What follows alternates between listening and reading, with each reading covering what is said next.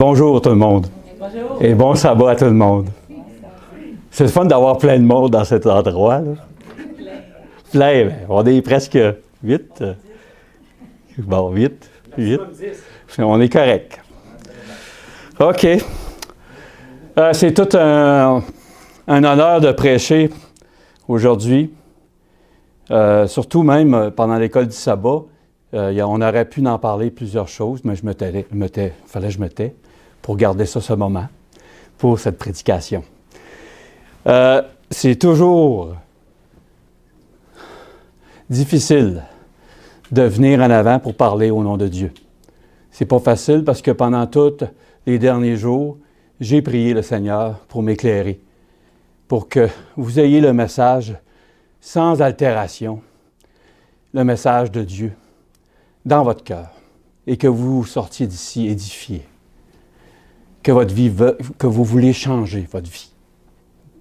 Ça, c'est quelque chose que j'ai prié plusieurs jours. J'étais content, mon frère m'a demandé de prêcher une semaine d'avance. Puis quand il me demandait ça, c'était préparé déjà. Puis j'étais content qu'il me le demande parce que j'ai hâte de sortir ce message-là. Le message. Oui, il faut que je reprenne mon... Il faut que je m'habitue avec ça, là. L'Église est tombée. Ouais, l'Église est tombée. L'Église est tombée. OK. L'Église est tombée. Ça, c'est une Église que la fondation n'a pas été correcte. Elle a eu des problèmes, puis là, ils sont obligés de la renverser pour la mettre à terre. OK? L'Église est tombée. Vous savez, c'est la suite de la prédication du deuxième ange. OK? On a plié de la foi. On a sorti les trois anges. Les trois anges. La dernière prédication, c'était le premier ange. Là, c'est le deuxième ange. C'est important, je vous encourage à aller dans la tragédie des siècles, un avertissement rejeté, la prophétie accomplie. Qu'est-ce que le sanctuaire? Puis dans le lieu très saint. C'est 21, 22, 23, 24. Tragédie des siècles. Toute cette prédication qui est préparée, ça vient de ces textes-là. Apocalypse 14, verset 8. Et un autre ange, oh c'est vrai, il faut que je mette mes lunettes, et un autre ange, un second ange, suivi en disant, elle est tombée, Babylone la grande, qui a abreuvé toutes les nations du vin de la fureur de son impudicité. Ce message qu'on a, qui est écrit là, c'est un message d'affirmation. Il n'y a pas de changement, c'est juste une affirmation. C'est un constat, ce message, cette écriture-là. C'est une déclaration qui va prendre de l'ampleur, s'intensifier. Une annonce qui est faite ici, là, qui va devenir une alarme. Dans Apocalypse 18, verset 2, il cria d'une voix forte, disant, elle est tombée, Babylone la grande. On va incliner la tête pour demander au Seigneur l'assistance. Seigneur, nous voulons te remercier pour tes bontés de nous donner le privilège d'être ici ce matin. Nous te demandons, Seigneur, que tu nous donnes ton esprit pour que les paroles que tu vas nous donner nous aident à te connaître encore plus, puis que ce message-là est pour nous, spécialement, Seigneur. Merci de répondre. C'est dans le nom de ton Fils que nous t'en prions. Amen. Le Seigneur dit, je m'engage envers vous par une alliance à ce que toutes les créatures ne soient plus jamais détruites par les eaux du déluge et qu'il n'y ait plus de déluge pour ravager la terre. Genèse 9, verset 11. L'arc sera dans la nuée et je le regarderai pour me rappeler l'alliance éternelle conclue entre moi et tous les êtres vivants qui sont sur la terre. Genèse 9, verset 16. Quand que je dis ces deux versets-là que Dieu vient de dire, c'est où que vous pensez qu'on est? En Irak, entre l'Euphrate, c'est vrai, il faut que je prenne ça. On va essayer de... Entre l'Euphrate puis le Tigre. Le Tigre. Dans cette région-là, là, ici. Vous vous souvenez ce qui s'est passé dans ce coin-là? Hein? Vous vous souvenez qu'est-ce qui se passait dans ce coin-là? L'Irak. L'Irak, je vous ai montré parce que c'est une carte d'aujourd'hui. Une carte aujourd'hui. Mais ça correspond à l'Irak. L'Irak, ça correspond à la Mésopotamie. Ça représente l'endroit où on a défié le déluge de Dieu. Que Dieu avait fait ces promesses-là. 400 ans plus tard, ça s'est passé. La tour de Babel a été construite en Mésopotamie, après le déluge. Elle a atteint 30 étages, puis à peu près 100 mètres de hauteur. Elle a été décrite comme un pont entre le ciel et la terre, construite par un peuple unifié. La tour de Babel peut être considérée comme un monument à la capacité, à la gloire et à la réussite de l'humanité. Elle est un monument glorifiant le péché d'orgueil. Cette Babylone-là, ce Babel-là, en haut, ça représentait, il faisait un temple. Puis c'est comme si il était connecté directement aux autres dieux. C'est une profanation. Jésus avait dit, par l'Éternel, « Et vous soyez féconds, et multipliez, rependez-vous sur la terre et multipliez sur elle. » C'était dans Genèse 9, verset 7. Or, toute la terre avait le même langage et les mêmes mots. Mais il arriva qu'étant partis du côté de l'Orient, ils trouvèrent une plaine dans le pays de Sinéar, et ils demeurèrent. Et ils se dirent l'un à l'autre, « Allons, faisons des briques et cuisons-les au four. » Et la brique leur tint lieu de pierre, et le bitume leur tint lieu de mortier. Et ils se disent, « Allons, bâtissons-nous une ville et une tour, dont les sommets soient dans les cieux, et faisons-nous un nom, de peur que nous ne soyons dispersés sur la face de toute la terre. » Ça, c'était l'affront. Le monde, l'humanité, affrontait le Père, le Fils. L'incrédulité, le mépris de la volonté divine, c'était l'arrogance du monde. Mais qu'est-ce qui est frappant? Allons, bâtissons-nous et faisons-nous un nom, de peur que nous soyons dispersés sur la face de la terre. Faisons-nous un nom. Faisons-nous un nom. Se faire un nom, vous savez c'est quoi ça veut dire? C'est se faire une réputation. C'est une renommée. Ou construire un monument en son honneur. Le peuple essaie d'obtenir la gloire du monde en créant quelque chose qui perpétuera sa renommée ou sa méchanceté. Dans Genèse 12, versets 2 et 3, ça c'est Dieu qui dit ça à Abraham. « Je ferai de toi une grande nation et je te bénirai. Je rendrai ton nom grand et tu seras une source de bénédiction. Je bénirai ceux qui te béniront et je maudirai ceux qui te maudiront. Et toutes les familles de la terre seront bénies en toi. » Première chose, faisons-nous un nom. C'est le monde qui se dit ça, de se faire un nom. Mais Dieu lui dit, il va nous faire un nom. C'est lui qui fait le nom. Mais déjà, la confrontation, on veut se faire un nom.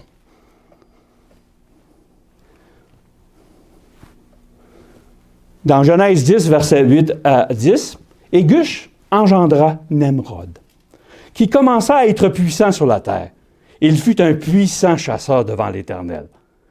C'est pour cela qu'on dit, comme Nemrod, puissant chasseur devant l'Éternel.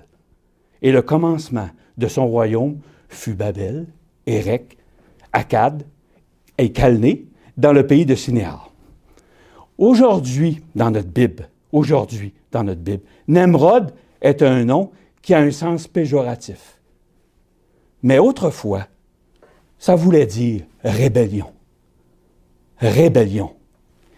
Celui qui rend le peuple rebelle contre Dieu. Nemrod. Nemrod signifie rebelle, personnage malfaisant. Nemrod devient un homme puissant dans le péché, le meurtrier d'hommes, innocent, et un rebelle devant l'Éternel. Il fut un vaillant chasseur dans le pays, devant les hommes, pas devant Dieu. C'est une erreur, ça. Vous irez voir Genèse 10, verset 5, il parle du monde. Le commencement de son royaume fut Babel, et il planta sa bannière. Il fut le premier roi sur la terre. En tout cas, le premier conquérant, Nemrod. Une monarchie est née. L'homme qui domine l'homme. L'homme qui domine l'homme. Dans Genèse 11, versets 5 et 9, « Et l'Éternel descendit pour voir la ville et la tour qu'avaient bâti les fils des hommes. Et l'Éternel dit, voici, c'est un seul peuple, et ils ont tous le même langage. Et voilà ce qu'ils commencent à faire, et maintenant rien ne les empêchera d'exécuter tout ce qu'ils ont projeté. Allons, descendons, et confondons là leur langage. »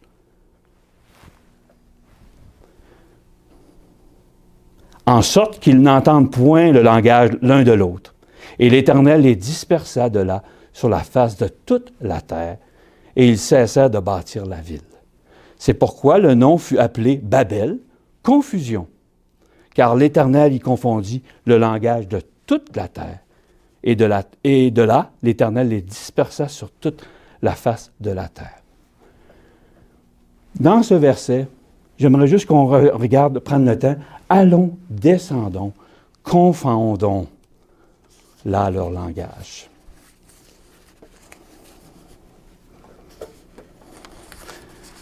J'ai de la misère avec mes lunettes, j'ai oublié mes lunettes, puis là, il faut que je regarde sur le focus, c'est de la misère, mais Dieu va arranger. Dans le psaume, c'est ça qui me frappe. Lisez, vous allez voir ce qui est écrit là, puis ça vient tout éclairer la compréhension qu'on a de l'Éternel. Pourquoi ce tumulte parmi les nations? Et pourquoi ce tumulte parmi les nations? Et pourquoi les peuples projettent-ils des choses vaines? Les rois de la terre se sont levés. Et les princes se sont concertés ensemble contre l'Éternel et contre son oint, contre le Père et le Fils. Dans le verset 3 et 4, dans la Bible de français courant, les gens, les nations, les peuples, les rois de la terre, puis les princes, ils disent dans le verset 3 et 4, ils disent « Rompons les liens qu'ils nous imposent, le Père et le Fils, disent-ils. Rejetons leur domination. » Mais le Seigneur répond, il dit « Mais le Seigneur se met à rire. » Il se met à rire. Celui qui siège au ciel se moque d'eux. Le Père et le Fils. C'est pour ça qu'il est venu confondre. Souvent, je disais, quand il descendait pour confondre, le Seigneur était troublé. Non! Il fallait les disperser. Il riait de ça. Qu'est-ce qu'avait fait la tour pour le kit? Et les hommes ont toujours cherché à tenir tête à Dieu. Ils unissent leurs forces pour s'élever.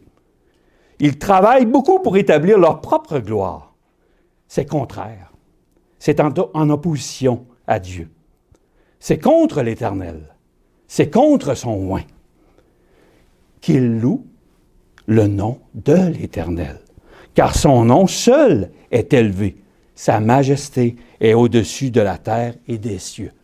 Ça, c'est dans Psaume 148, verset 13. La suite, je publierai le décret de l'Éternel. Ça, c'est Jésus qui parle, loin qui parle.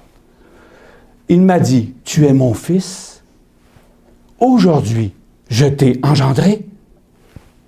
Demande-moi et je te donnerai les nations pour héritage et pour possession les bouts de la terre. Tu les briseras avec un cep de fer, tu les mettras en pièces comme un vase de potier.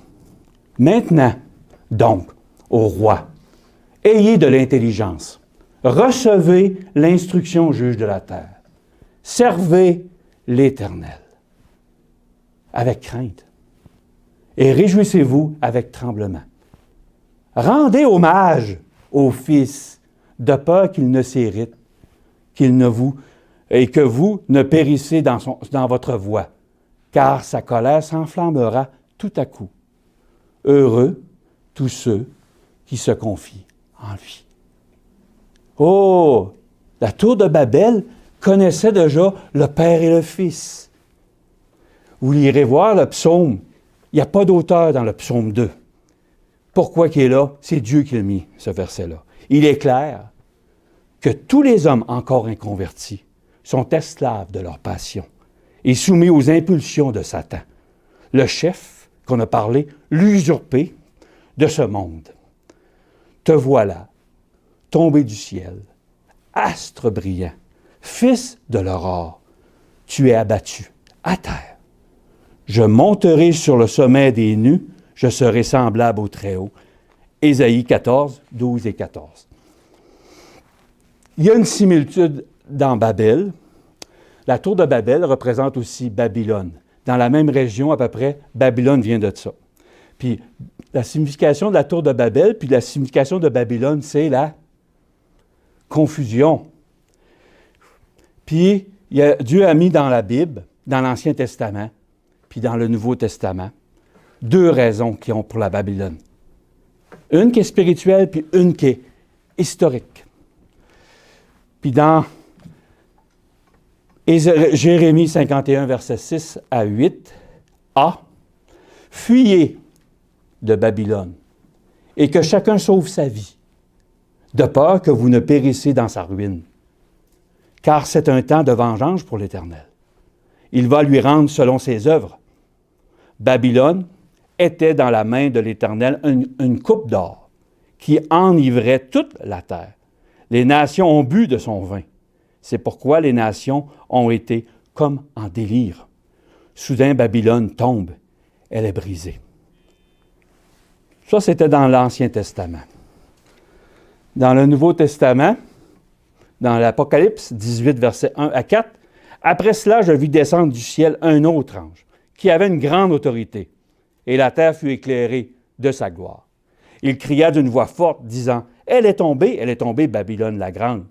Elle est devenue une habitation de démons, un repère de tout esprit impur, un repère de tout oiseau impur et odieux. Parce que toutes les nations, parce que toutes les nations ont bu du vin de la fureur de son impudicité, et que les rois de la terre se sont livrés avec elle à l'impudicité, et que les marchands de la terre se sont enrichis par la puissance de son luxe.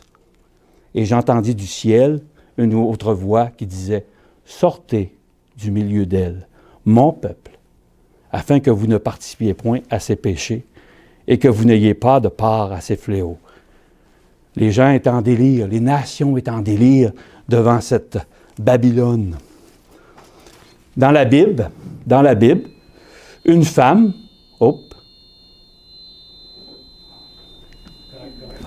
une femme dans la Bible est un symbole du peuple de Dieu. Dans l'Apocalypse, la véritable Église de Dieu est dépeinte comme une femme pure. On va découvrir ça tantôt dans Apocalypse 12, verset 1. Mais, qu'est-ce qu'on vient de dire? La prostituée représente donc une Église apostate, infidèle. Cette prostituée est identifiée comme Babylone la Grande. On a vu tantôt, Babel et Babylone représentent la confusion.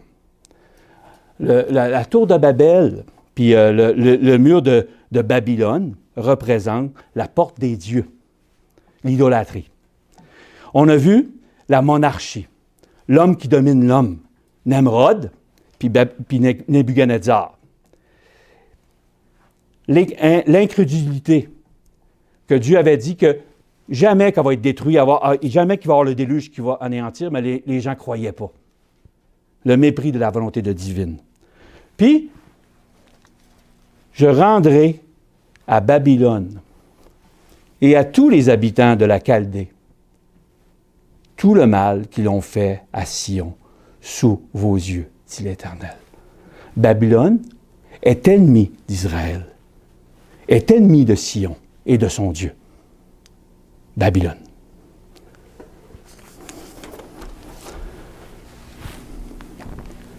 Puis, dans Apocalypse 17, versets 1 à 5, puis un des 7 anges qui tenait les 7 coupes vin, 7 coupes vin, et m'adressa la parole en disant, « Viens, je te montrerai le jugement de la grande prostituée, qui est assise sur les grandes eaux. C'est avec elle que les rois de la terre se sont livrés à l'impudicité, et c'est du vin de son impudicité que les habitants de la terre se sont enivrés. Babylone, du temps de la fin, s'appuiera sur la masse des gens pour faire appliquer ses plans. Le premier groupe est formé des rois de la terre, les leaders des pouvoirs politiques et religieux. Ils sont dépeints comme étant engagés dans une relation adultère avec Babylone, la prostituée, la grande prostituée. Dans l'Ancien Testament, le langage de la prostitution et de l'adultère ou de la fornication est utilisé pour décrire combien l'Église d'Israël était apostate, s'était détournée de Dieu et s'engageant dans l'idolâtrie. La relation adultère entre les rois de la terre et la prostitution. La prostituée symbolise une union illicite entre Babylone au temps de la fin et les puissances politiques gouvernant une union de l'Église et de l'État. Le deuxième groupe, dans la relation illicite avec Babylone l'impudique, est formé des habitants de la terre. Les masses gouvernées. Ils se sont rendus spirituellement ivres du vin de la fornication de Babylone. La population est intoxiquée par les faux enseignements, les pratiques de Babylone, en s'illusionnant qu'elle peut les protéger. Les nations sont comme en délire. Le monde entier s'égarera, à l'exception d'un reste fidèle.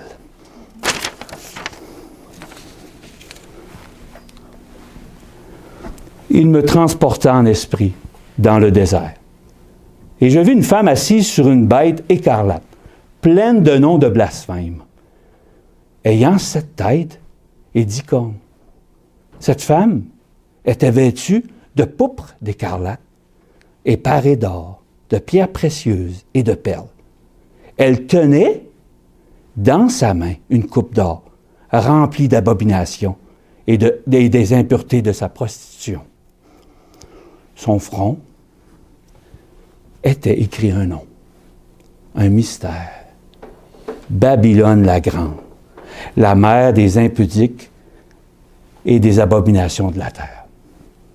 Chaque fois, mes amis, chaque fois que Dieu a eu un petit groupe de témoins sur la terre, Satan a eu une Babylone pour corrompre et ruiner, s'il le pouvait, ce témoignage. Babylone prend la forme d'un système religieux corrompu. Il est façonné par Satan dans le but d'entraver l'œuvre de Dieu. Faisons-nous un nom, comme Babel, un mystère, un nom.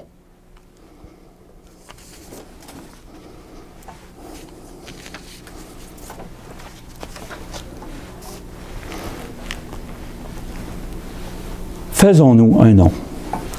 Ézéchiel 16, versets 14 et 18. Ta renommée se répandit dans le monde entier à cause de ta beauté qui était parfaite, car je t'avais somptueusement paré. Je l'affirme, moi, le Seigneur Dieu. Jérusalem s'est prostituée. Mais tu t'es fié à ta beauté, comme on a parlé un matin, la beauté. Tu as profité de ta renommée pour te prostituer. Et tu t'es offert à n'importe quel passant. Tu as choisi certains de tes vêtements pour orner les lieux consacrés à tes divinités de couleurs variées et tu t'es prostitué dessus. Ce n'était jamais arrivé et cela n'arrivera jamais plus. Tu as pris des bijoux d'or et d'argent que je t'avais donnés. Tu n'en as servi pour fabriquer des idoles masculines et tu t'es livré à la prostitution avec elles. Tu t'es recouvert de tes vêtements brodés et tu les as présentés d'huile et l'encens que tu avais reçu de moi. Le Seigneur a dit, je te ferai une grande nation et je te bénirai. Je rendrai ton nom grand et tu seras une source de bénédiction. Mais ce n'est pas ça qui s'est passé. Tu t'es prostitué aux Égyptiens. Tes voisins, ces mâles puissants.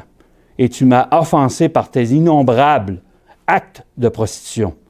Alors, j'ai manifesté ma puissance contre toi. Je t'ai coupé les vivres et je t'ai livré à tes ennemis, les filles philistines, qui elles-mêmes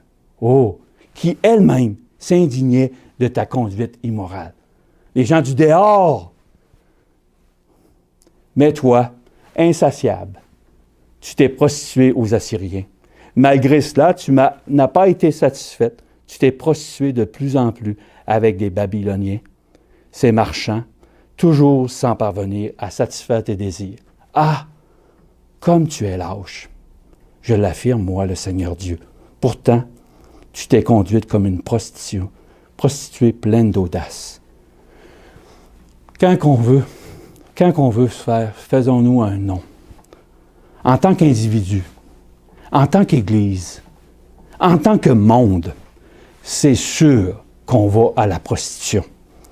Je rendrai ton nom grand. Tu seras une source de bénédiction. Ça, c'est le Seigneur qui dit ça. Dans Jacques 4, verset 4, ça, c'est un verset qui me trouble énormément. Hommes et femmes, adultères, ne savez-vous pas que l'amour du monde est une inimitié contre Dieu? Qui voudra donc être ami du monde se rendra ennemi de Dieu. Oh, ça englobe beaucoup de choses. Jacques 4, verset 4, dans la Bible du Sommeur, « Peuple adultère, que vous êtes, ne savez-vous pas qu'aimer le monde, c'est haïr Dieu? Si donc quelqu'un veut être l'ami du monde, il se fait l'ennemi de Dieu. » Dans la Darby, « Adultère, ne savez-vous pas que l'amitié du monde est inimitié contre Dieu? Quiconque donc voudra être ami du monde se constitue ennemi de Dieu. » Dans l'Apocalypse 14, verset 8, on voit la sentence qui est arrivée à l'Église. Elle est tombée Babylone la Grande. Et je vis dans Apocalypse 13, verset 3, et je vis l'une de ses têtes comme blessée à mort. Apocalypse 13, verset 3. L'histoire démontre clairement que la papauté fut la puissance qui persécuta le peuple de Dieu. Pendant 1260 années, cette période débuta en 538 après Jésus-Christ, lorsque le pouvoir papal obtint la suprématie sur le monde chrétien, selon le décret de l'empereur romain Justinien. Dans ce décret, il reconnaît l'évêque de Rome comme la tête de toutes les églises. De toutes les églises. Ce document devient une partie du Code de Justinien, le fondement du droit civil de l'Empire. La période se termina en 1798, lorsque le général Napoléon, Alexandre Berthier, captura le pape. Savez-vous combien de monde qui sont morts chrétiens pendant cette période-là? Plus de 50 millions sont morts sur le bûcher partout dans cette période-là, à cause qu'ils croyaient en Jésus. Le premier ange, OK, c'est là. Ça, c'était là, oui, OK. Il faut que je passe mon texte avant, je l'ai mis ici dans ma feuille. Et ici. Bon. OK, la sentence que j'ai dit, ça c'était la sentence pour l'Église spirituelle qui est arrivée. Là, la sentence qui s'est passée dans historique. Ô toi, Belshazzar, son fils, tu n'as pas humilié ton cœur puisque tu suces toutes ces choses. Tu t'es élevé contre le Seigneur des cieux. Les vases de la maison ont été apportés devant toi. Et vous tous en êtes servis pour boire du vin, toi et tes grands, les femmes et tes concubines. Tu les as loués, les dieux d'argent, de fer, de bois et de pierre, qui ne voient point, qui n'entendent point et qui ne savent rien. Et tu n'as pas glorifié le Dieu qui est dans sa maison, dans sa main, ton souffle et toutes tes voix. C'est pourquoi il a envoyé cette extrémité de main, qu'il a tracé cette écriture. Voici l'écriture qui a été tracée. Comptez, pesez et divisez. Et voici l'explication de ces mots. Comptez, Dieu a compté ton règne et a mis fin. Pesez, tu as été pesé dans la balance et tu as été trouvé léger.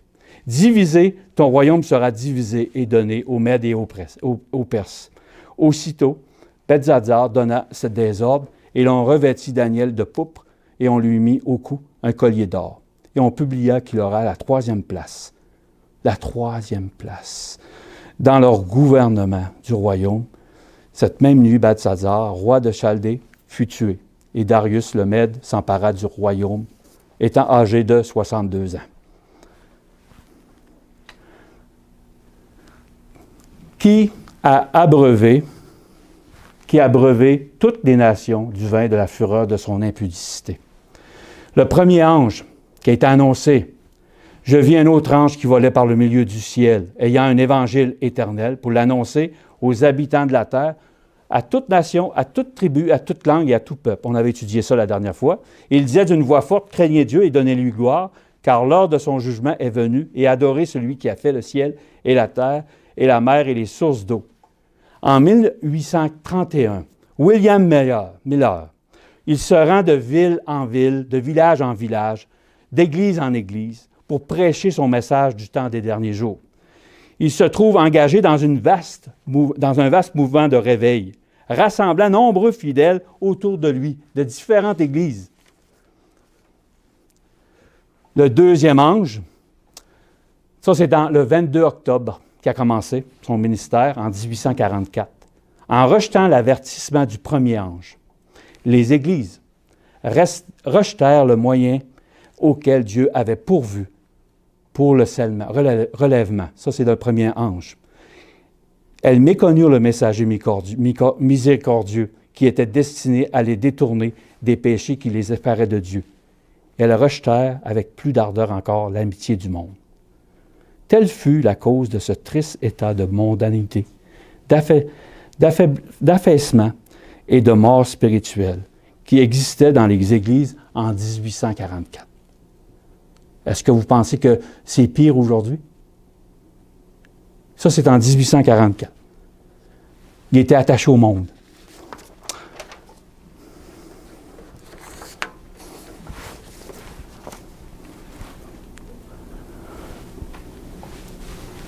Ici, oui, juste avant. Qui a abreuvé toutes les nations du vin de sa fureur, de son impudicité. C'est ça que j'avais lu tantôt. À ce sujet, nous avons beaucoup de choses à dire qui sont difficiles à expliquer parce que tout est devenu lent à comprendre. Parce que vous êtes devenu lent à comprendre. En effet, tandis que vous devriez être maître depuis longtemps, vous avez encore besoin d'apprendre les premiers éléments des oracles de Dieu et vous en êtes venus à avoir besoin de lait et non de nourriture solide. Or, celui qui se nourrit de lait ne comprend pas la parole de la justice, car il est un petit enfant. Mais la nourriture solide est dans les hommes faits pour ceux qui, par habitude, ont le jugement d'exercer à discerner le bien et le mal. Mais la parole du Seigneur subsiste éternellement, et cette parole, c'est l'Évangile qui vous a été annoncé. L'homme ne vivra pas seulement de pain, mais de toute parole qui sort de la bouche de Dieu. Matthieu 4, verset 4. Dans 1 Pierre, c'est la suite, rejetez donc toute forme de méchanceté et de ruse. Si on n'a pas la parole de Dieu de réconciliation dans notre cœur, on va continuer à avoir des formes de méchanceté. On va continuer à faire des ruses, d'hypocrisie, de la jalousie et toute médisance qu'on a. Comme un enfant nouveau-né, désirez ardemment le lait pur de la parole afin qu'il vous fasse grandir en vue du salut. Puisque vous avez goûté combien le Seigneur est bon. Si le Seigneur est bon pour nous, on ne va faire pas ces choses-là. On va arriver à la... Là, c'est ça qui est le meilleur. Parce que c'était toute la présentation au début. On va vous poser une question.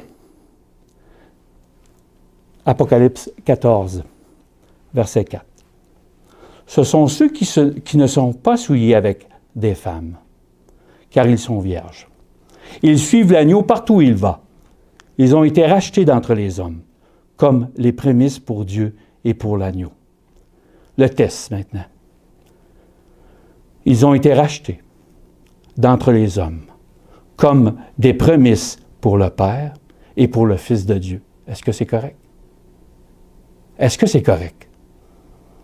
Oui ou non? Amen. Ils ont été rachetés d'entre les hommes, comme des prémices pour Dieu et pour l'Éternel et pour Jésus-Christ. C'est-tu d'accord avec vous? C'est-tu correct? Ils ont été rachetés entre les hommes comme les prémices pour l'Éternel et pour son oint. Est-ce que c'est correct? Amen. Le test maintenant. Ils ont été rachetés d'entre les hommes comme prémices pour la Trinité et pour l'agneau.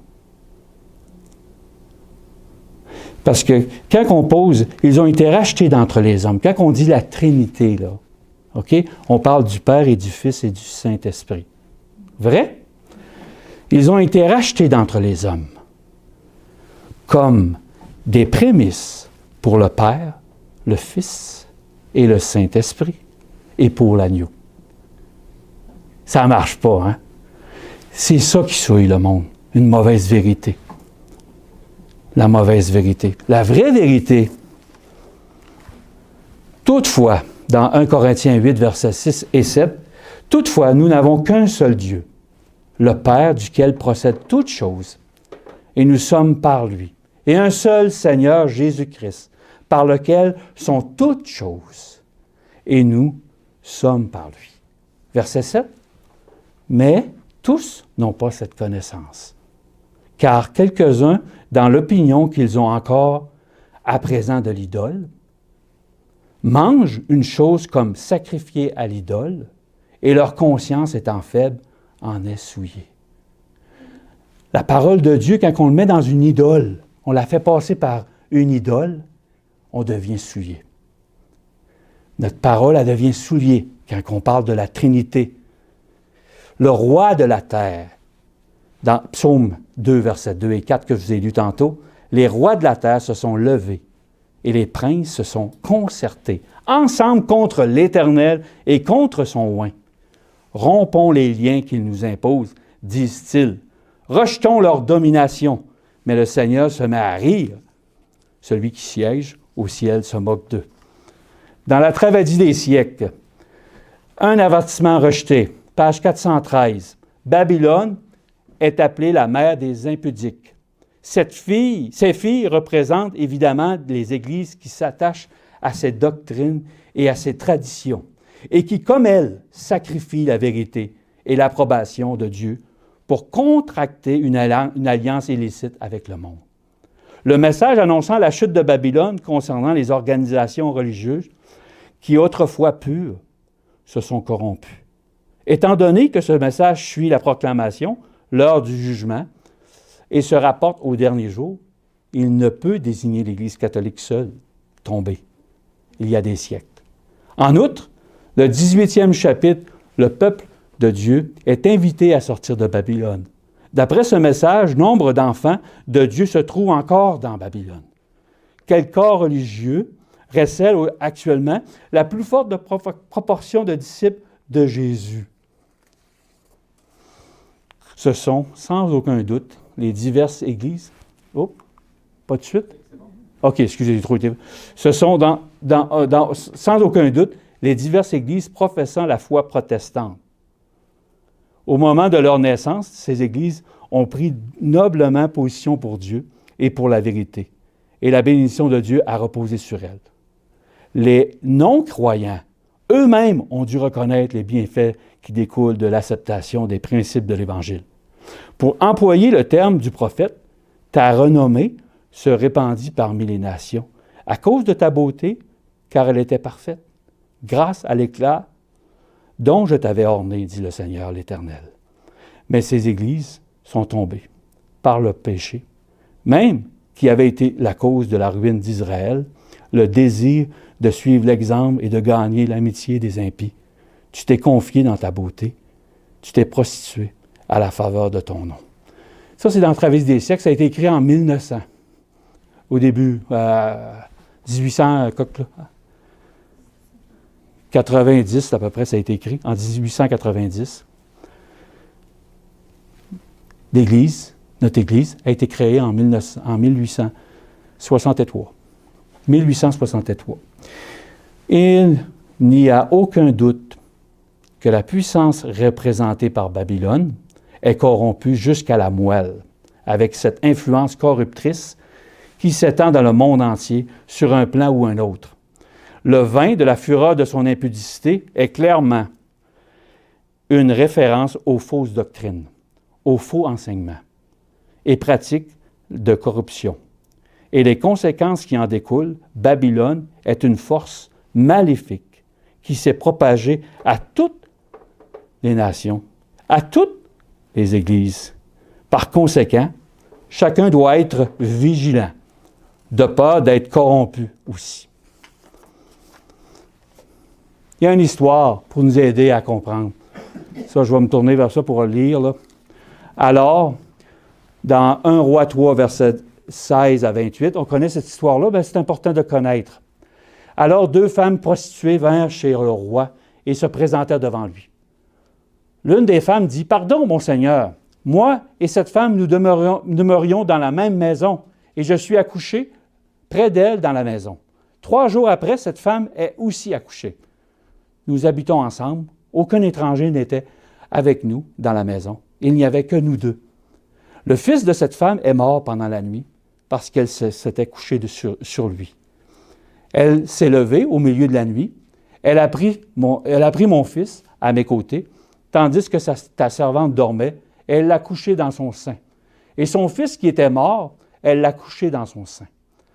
Dans mon sein, excusez. Le matin, je me suis levé pour allaiter mon fils, et voici, il était mort. Je l'ai regardé attentivement le matin, et voici, ce n'était pas mon fils que j'avais enfanté. L'autre femme dit, au contraire, c'est mon fils qui est vivant, et c'est ton fils qui est mort. Mais la première répliqua, nullement. C'est ton fils qui est mort, et c'est mon fils qui est vivant. Et c'est ainsi qu'elle parlait devant le roi. Le roi dit, l'une dit, c'est mon fils qui est vivant, et c'est ton fils qui est mort. Et l'autre dit, nullement, c'est ton fils qui est mort, et c'est mon fils qui est vivant. Puis il ajouta, apportez-moi une épée. On apporta une épée devant le roi. Et le roi dit, coupez en 2 l'enfant qui vit, et donnez-en la moitié à l'une et à la moitié à l'autre. Alors la femme, dont le fils était vraiment qui était vivant, sentit ses entrailles s'émouvoir pour son fils. Et elle dit au roi, ah, mon Seigneur, donne-lui l'enfant qui vit, et ne laisse point mourir. Mais l'autre dit, il ne sera ni à moi, ni à toi. Coupez-le. Et le roi, prenant la parole, dit, « Donnez à la première l'enfant qui vit, et ne le faites point mourir. C'est elle qui est sa mère. » Tout Israël apprit le jugement que le roi avait prononcé.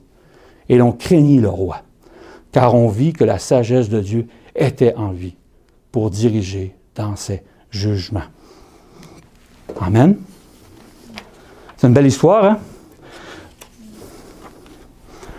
Le verset juste avant. Apportez-moi l'épée. Apportez-moi l'épée. On apporta une épée devant le roi. Dans Hébreux 4, verset 12. Car la parole de Dieu est vivante, est efficace, et plus pénétrante qu'aucune épée à deux tranchants. Elle atteint jusqu'au fond des l'âme et de l'esprit, et des jointures, et des moelles, et elle juge des pensées et des intentions du cœur. Amen? C'est ça la parole de Dieu. On va juger notre Église par la parole de Dieu. On va juger notre Église par la parole de Dieu. Qui est la véritable Église? Quelle est la véritable Église? Apocalypse 12, versets 1 et 2. « Et un grand signe parut dans le ciel, et une femme enveloppée du soleil, la lune sous ses pieds, et une couronne de 12 étoiles sur sa tête. Elle était enceinte, et elle cria, étant en travail, dans les douleurs de l'enfantement. » Cette femme est vêtue du soleil, de la lune et des étoiles. La lumière naturelle de la création. Le soleil représente la lumière de Jésus, car l'Éternel Dieu est un soleil. Ça, c'est dans Malachie 4, verset 2. Grâce aux entrailles de la miséricorde de Dieu, en vertu de laquelle le soleil levant nous a visités d'en haut, pour éclairer ceux qui sont assis dans les ténèbres et dans l'ombre de la mort, pour diriger nos pas dans les chemins de la paix. Or, l'enfant croissait et se fortifiait en esprit, et il demeura dans les déserts jusqu'au jour où il se présenta devant Israël. Ça, c'était dans Luc 1, versets 78 et 80. La lune, située sous ses pieds, représente les types et les ombres du système sacrificiel de l'Ancien Testament. De même que la lune reflète la lumière du soleil, le système sacrificiel servit à refléter la lumière du Messie à venir. La loi de Moïse ne possède qu'une ombre des biens à venir, et non pas l'image même de ces réalités. Elle ne peut donc en aucun cas emmener à la perfection ceux qui s'approchent ainsi de Dieu sur la base des mêmes sacrifices offerts perpétuellement d'année en année. Ça, c'est en Hébreux 10, verset 1. Les 12 étoiles au-dessus de sa tête symbolisent les dirigeants de l'Église. Les 12 tribus dans l'Ancien Testament. Les 12 apôtres dans le Nouveau Testament. Et il enfanta un fils, c'est dans Apocalypse 12, verset 5, qui doit paître toutes les nations avec une verge de fer, et son enfant fut enlevé vers Dieu et vers son trône. Jésus est celui qui doit gouverner sur toutes les nations avec la verge de fer. Je publierai, ça j'avais lu ça tantôt, je publierai le décret de l'Éternel, il m'a dit, tu es mon fils, aujourd'hui. Je t'ai engendré. Donnez-moi et je te donnerai les nations pour héritage et pour possession les bouts de la terre. Tu les briseras avec un cep de fer. Tu les mettras en pièces comme un vase de potier. Psaume 2, versets 7 à 9.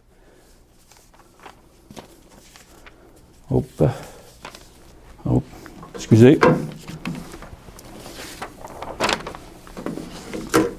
La suite, verset 10. Maintenant donc, ô roi, ayez de l'intelligence. Recevez instruction, juge de la terre. Servez l'Éternel avec crainte et réjouissez-vous avec tremblement. Rendez hommage au Fils. Heureux tous ceux qui se confient en lui. Psaume 2, versets 10 à 12. OK. c'est la conclusion. C'était fatigant? C'était fatigant? C'est pesant? Maintenant, on va déceler la vraie Église. Puis ça, il faut que ça soit dit. Gênez-vous pas pour le montrer aux gens. Puis ça, c'est la force de qu'est-ce qui va sortir là. Puis il faut le présenter à chaque fois. L'Église, elle apparaîtra après 1798. A commencé là, l'Église. Et la femme s'enfuit dans le désert où elle avait un lieu préparé par Dieu, afin qu'elle fût nourrie pendant 1260 jours. Pour être une confirmation, ça prend 2 témoins dans la parole de Dieu. Deuxième témoin, Apocalypse 12, versets 13 et 17. Quand le dragon vit qu'il avait été précipité sur la terre, il poursuivit la femme qui avait enfanté l'enfant mâle. Et les 2 ailes du grand aigle furent données, je vais me tourner vers ça, et à la femme, afin qu'elle s'envolât au désert vers son lieu où elle est nourrie un temps, des temps et la moitié d'un temps, loin de la face du serpent. Et de sa bouche, le serpent lança de l'eau comme un fleuve derrière la femme, afin de l'entraîner par le fleuve.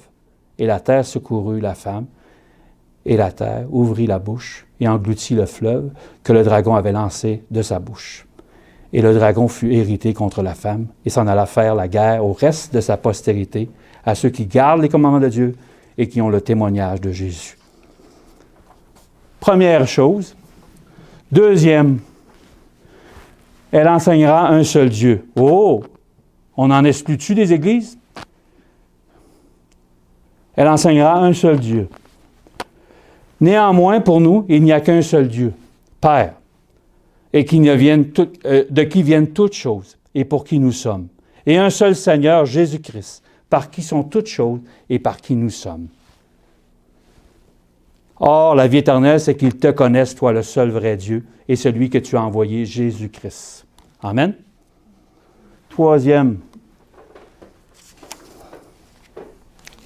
elle enseignera l'Évangile et l'Éternel. Jésus-Christ est le Fils de Dieu. Philippe lui dit, « Si tu crois de tout ton cœur, cela est possible. » L'eunuque répondit, « Je crois que Jésus-Christ est le Fils de Dieu. » Amen? Hein? Puis dans Matthieu 16, Simon-Pierre répondit, « Tu es le Christ, le Fils du Dieu vivant. » Amen? En 1798, le Père et le Fils.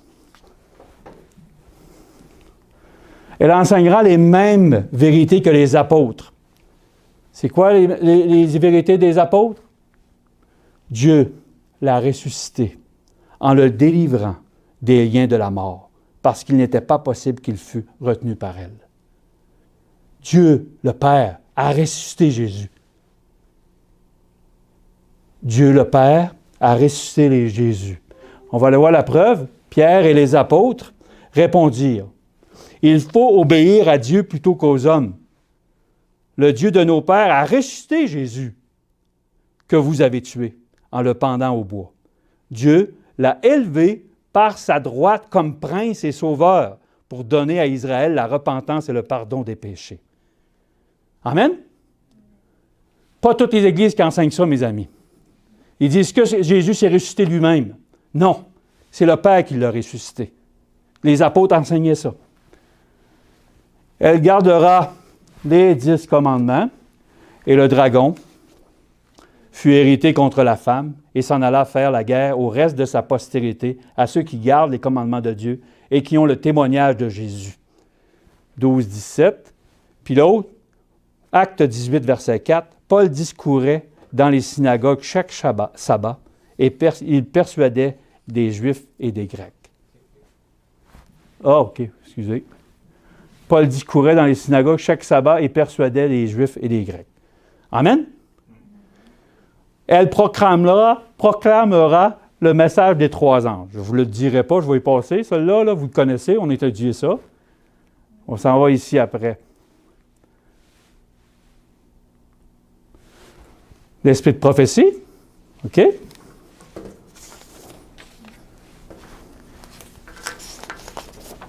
Presque fini, mes amis. Pas trop pesant. Et le dragon fut irrité contre la femme et s'en alla faire la guerre au reste de sa postérité, à ceux qui gardent les commandements de Dieu et qui ont le témoignage de Jésus. Apocalypse 19, verset 10.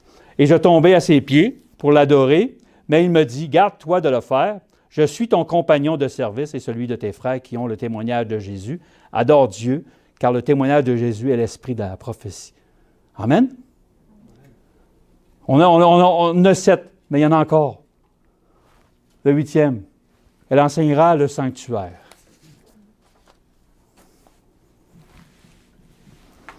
Et il me dit 2300 soirs et matins, puis le sanctuaire sera purifié. Mais dans Hébreux 9, versets 11 et 12, mais Christ est venu comme souverain sacrificateur des biens à venir. Il a traversé le tabernacle plus grand et plus parfait, qui n'est pas construit par les mains d'hommes, c'est-à-dire qui n'est pas de cette création.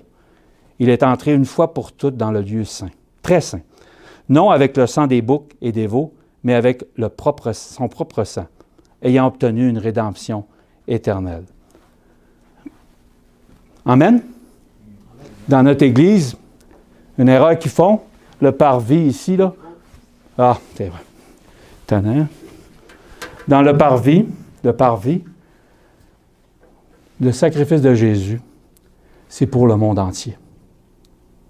Toute l'humanité a été sauvée dans le parvis. Dans notre Église, ils ne disent pas ça. Dans notre Église, ils... Hein?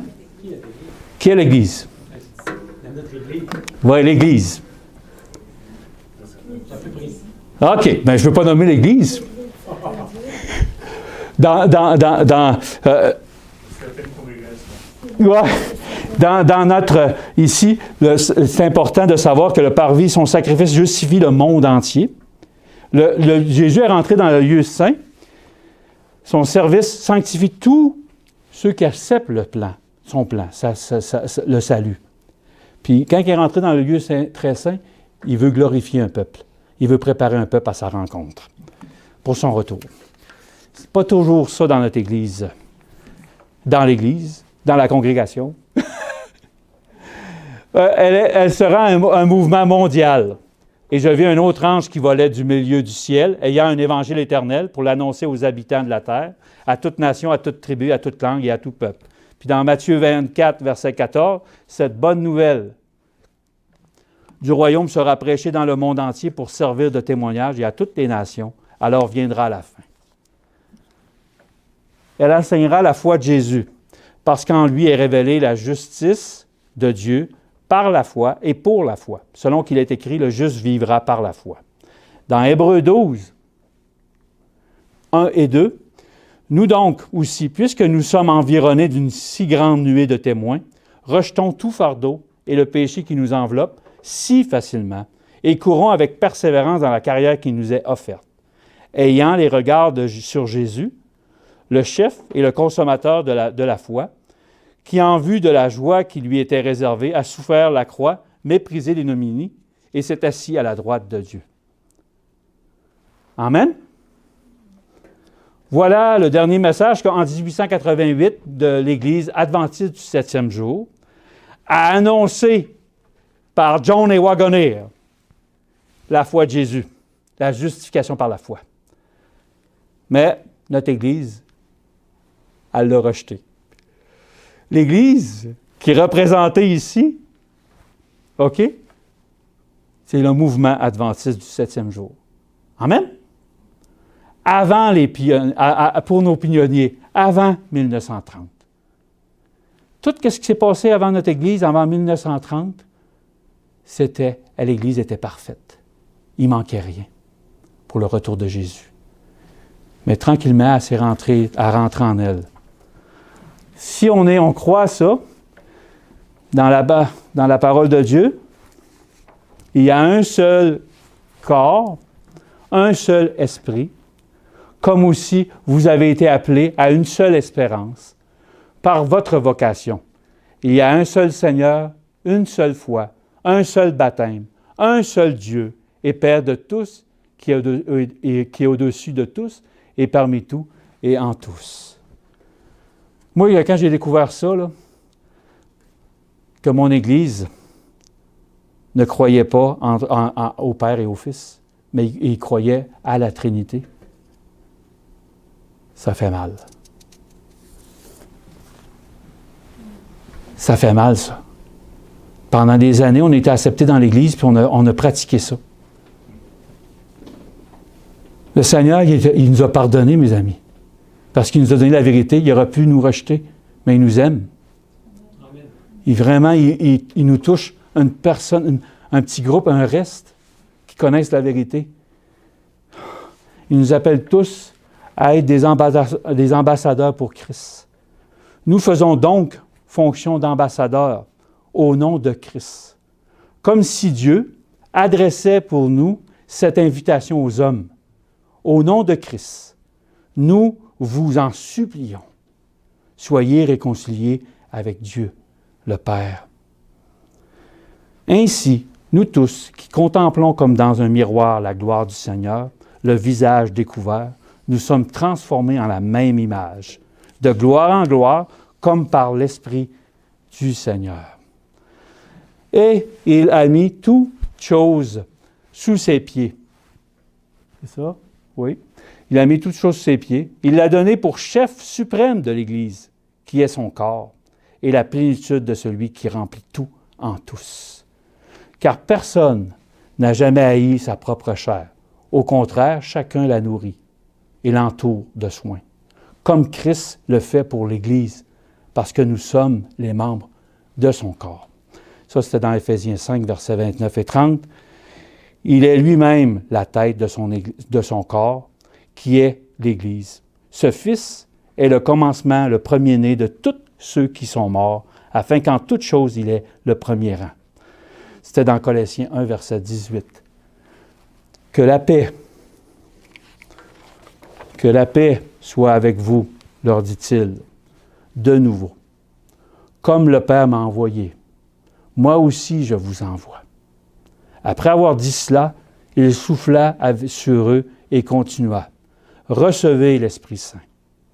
C'est ainsi que votre lumière doit briller devant tous les hommes, pour qu'ils voient le bien que vous faites et qu'ils en attribuent la gloire à votre Père céleste. Matthieu chapitre 5, verset 24.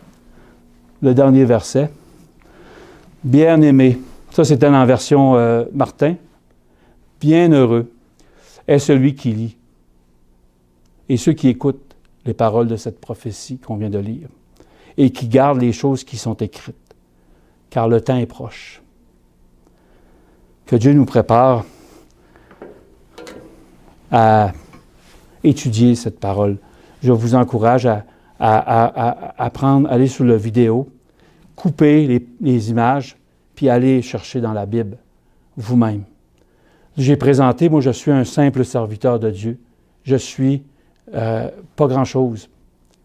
Les paroles que j'ai dites, c'est mon cœur troublé qui me fait partager ça avec vous. Mais le Seigneur nous donne l'opportunité d'être des gens comme Béré, qui étudiaient la Bible, qui ne se faisaient pas juste raconter ça par quelqu'un, puis après ça, ils oubliaient. Non. Dieu nous appelle à rechercher, à sonder les Écritures, à faire que ces études-là soient vraies dans notre vie. Puis il va y avoir un changement dans notre Église, énorme. Parce que ça fait longtemps que Dieu attend un peuple qui se prépare à sa rencontre. L'Église était préparée en 1888, mais les dirigeants ont rejeté le message. Est-ce que nous allons rejeter ce message? En étudiant la parole de Dieu, on ne rejettera pas le message. Que Dieu vous bénisse, qu'il vous garde. Amen.